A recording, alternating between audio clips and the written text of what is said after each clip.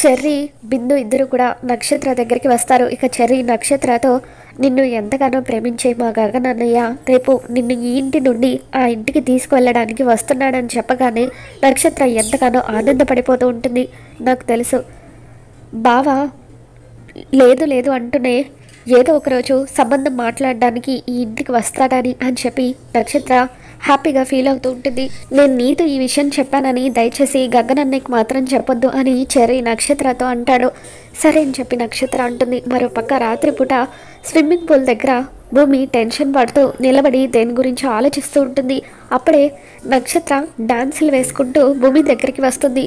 ఏంటి ఇంతలా టెన్షన్ పడుతున్నావు అని చెప్పి నక్షత్ర భూమిని అడుగుతూ ఉంటే అప్పుడు రేపు గగన్ గారు ఈ ఇంటికి వస్తున్నారు అని చెప్పి భూమి అంటుంది. దాంతో నక్షత్ర తెలుసు మా బావ వచ్చేది నా కోసమే, అయినా మేమిద్దరం ప్రేమించుకుంటున్నామంటే వినడానికి ఆశ్చర్యంగా ఉంటుంది, అంతకు మించి థ్రిల్లింగ్గా కూడా ఉంటుంది అని చెప్పి నక్షత్ర అంటూ ఉంటుంది.